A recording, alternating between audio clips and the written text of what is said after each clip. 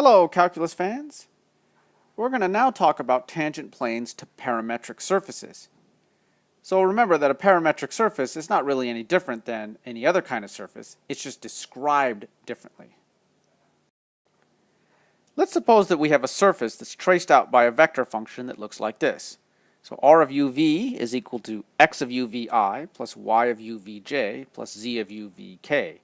X, y, and z are the component functions that are defining this parametric surface. What we want to do is find a tangent plane to the surface at the point P naught, which has coordinates x naught, y naught, z naught. And let's say that that point has position vector r of u naught, v naught. That's described by the vector function. Now, when we keep u constant by setting u equal to u naught, then r of u naught v becomes a vector function of the single parameter v.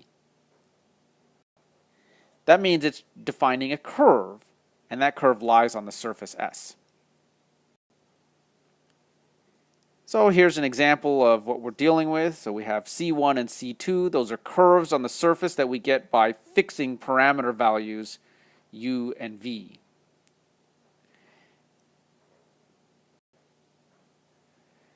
We make a tangent vector to C1 at the point P naught, and we get that by taking the partial derivative of r with respect to v. So here is r sub v, that's a partial derivative of r. And it's computed in exactly the same way, the same manner that you would expect.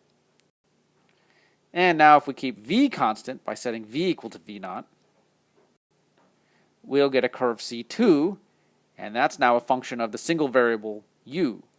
That curve also lies on S.